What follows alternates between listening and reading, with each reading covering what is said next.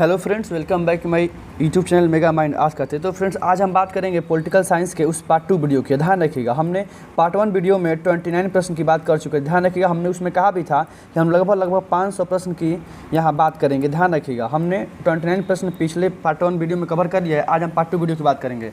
और अभी तक बाबू, अगर आप पार्ट 1 वीडियो को नहीं देखे होंगे और आपका अगर सब्जेक्ट पॉलिटिकल साइंस है तो आप उस वीडियो को पहले देख लीजिए, तब आप इस वीडियो को देखिएगा। चलिए बात करते हैं क्वेश्चन नंबर 30 की।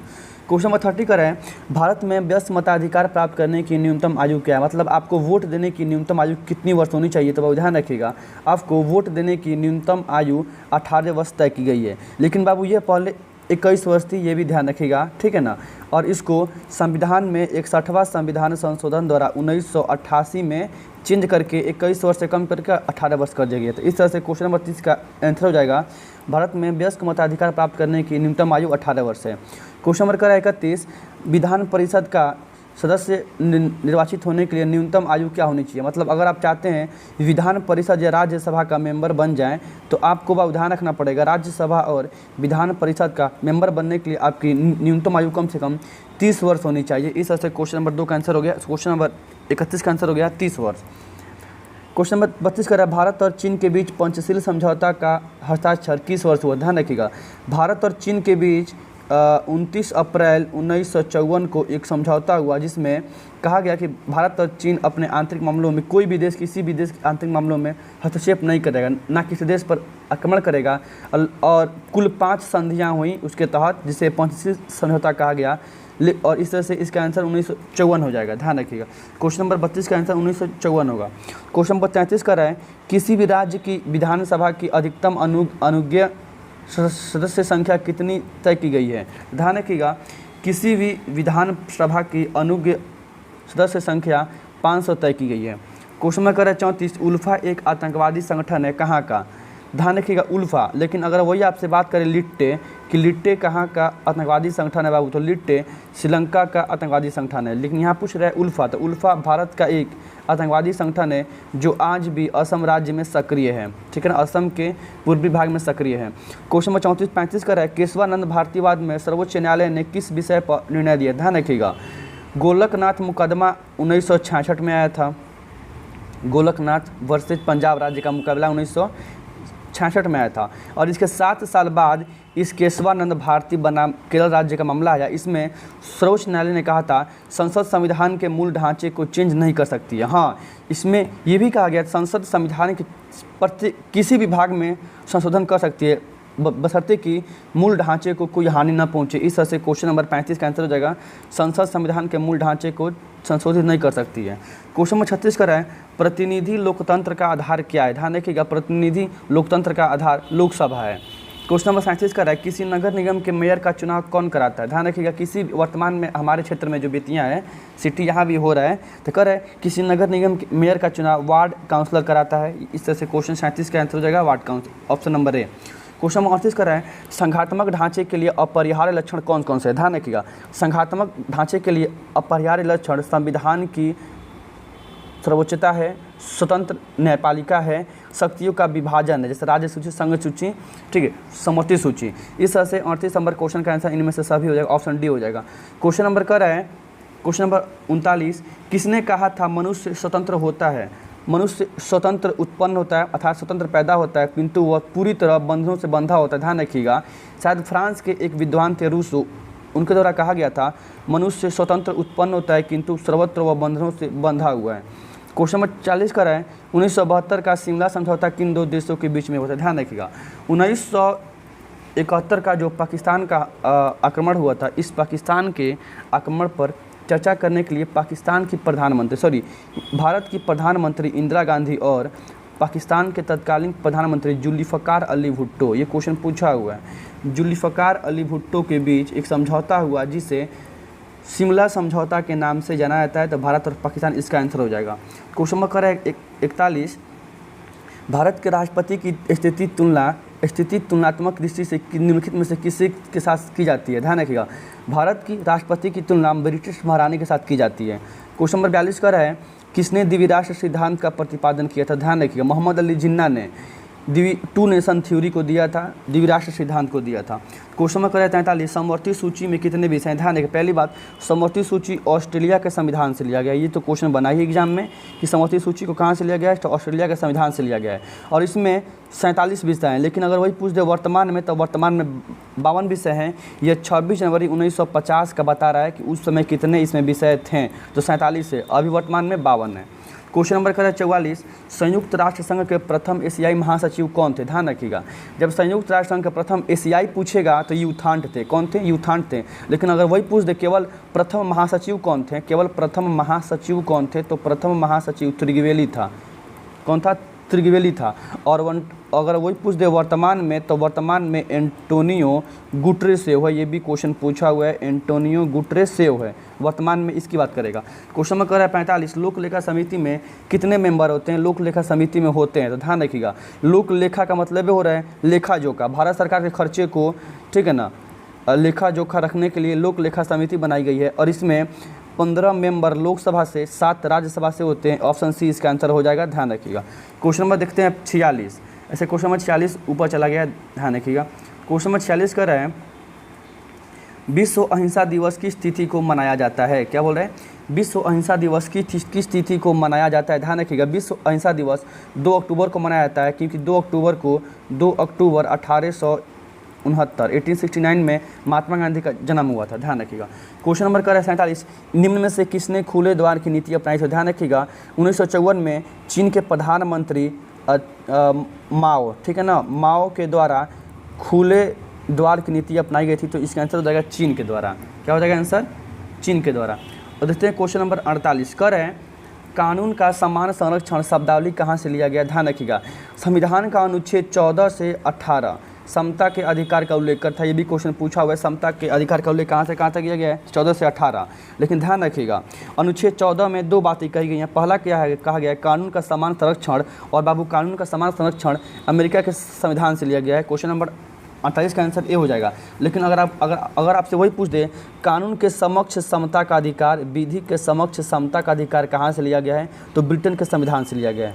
चलिए बात करते हैं क्वेश्चन नंबर 49 की।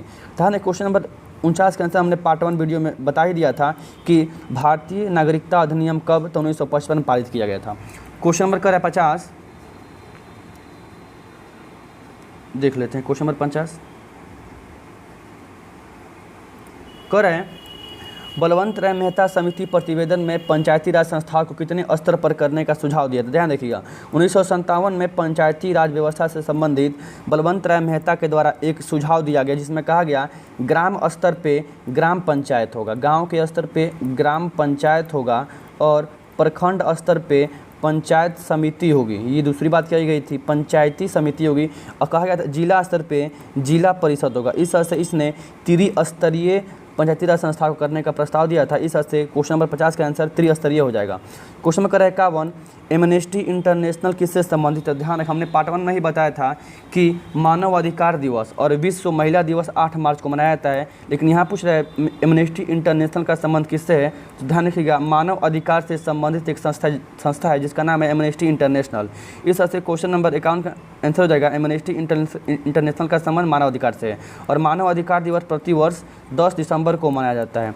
क्वेश्चन नंबर 52 का है, किस पाकिस्तानी राष्ट्रपति ने 1966 में ताशकंद समझौते पर हस्ताक्षर किए। ध्यान रखिएगा, 1965 में जो भारत पाकिस्तान युद्ध हुआ था, इस युद्ध पर विचार विमर्श करने हेतु और आगे की रणनीति पर चर्चा करने हेतु 1966 में रूस के ताशकंद में भारत और पाकिस्तान के बीच एक समझौता हुआ। उस समझौते में अयूब खान ने इस पर हस्ताक्षर किए थे, और भारत के राष्ट्रपति लाल बहादुर शास्त्री ने, किसने, लाल बहादुर शास्त्री ने इस पर क्या किए थे, हस्ताक्षर किए थे। इस तरह से इसका आंसर हो जाएगा लाल बहादुर शास्त्री और अयूब खान। तो क्वेश्चन 52 का आंसर हो गया अयूब खान। और जस्ट इसके एक घंटे बाद 1966 में ही शास्त्री जी की क्या हो गई, मृत्यु हो गई। क्वेश्चन नंबर कर है 53, किस वर्ष चीन ने भारत पर आक्रमण किया था। तो हमने पढ़ाया था अभी जस्ट क्वेश्चन नंबर 34 की 30 नंबर में कि पंचशील समझौता 1954 में हुआ था। इसमें कहा गया था कोई किसी देश पे हमला नहीं करेगा, लेकिन 1962 में 1962 में चीन ने क्या कर दिया, भारत पर आक्रमण कर दिया, और इसमें भारत की हार हो गई। क्वेश्चन नंबर 54 देख लेते हैं, किस प्रधानमंत्री ने मंडल आयोग की सिफारिश को लागू किया था। ध्यान रखिएगा, 1990 में बीपी सिंह मंडल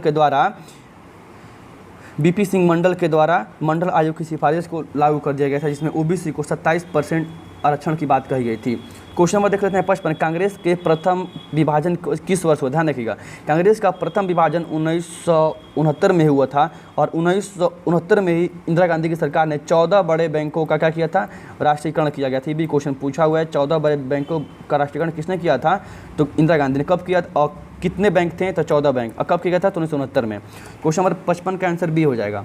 करेक्ट। 56 नंबर क्वेश्चन, भारत में प्रथम पंचवर्षीय योजना की शुरुआत कब हुई थी? तो ध्यान रखिएगा, भारत में प्रथम पंचवर्षीय योजना की शुरुआत 1951 में हुई थी। क्वेश्चन नंबर 57, जय जवान जय किसान की नारा किसने दिया था? तो हमने अब जस्ट ऊपर बता दिया है। लाल बहादुर शास्त्री का जन्म 1904 में हुआ था। ध्यान रखिए, पहली बात। इनकी मृत्यु 1966 में हुई थी। दूसरी बात, जय जवान जय किसान नारा किसने दिया था? लाल बहादुर शास्त्री ने ही दिया था।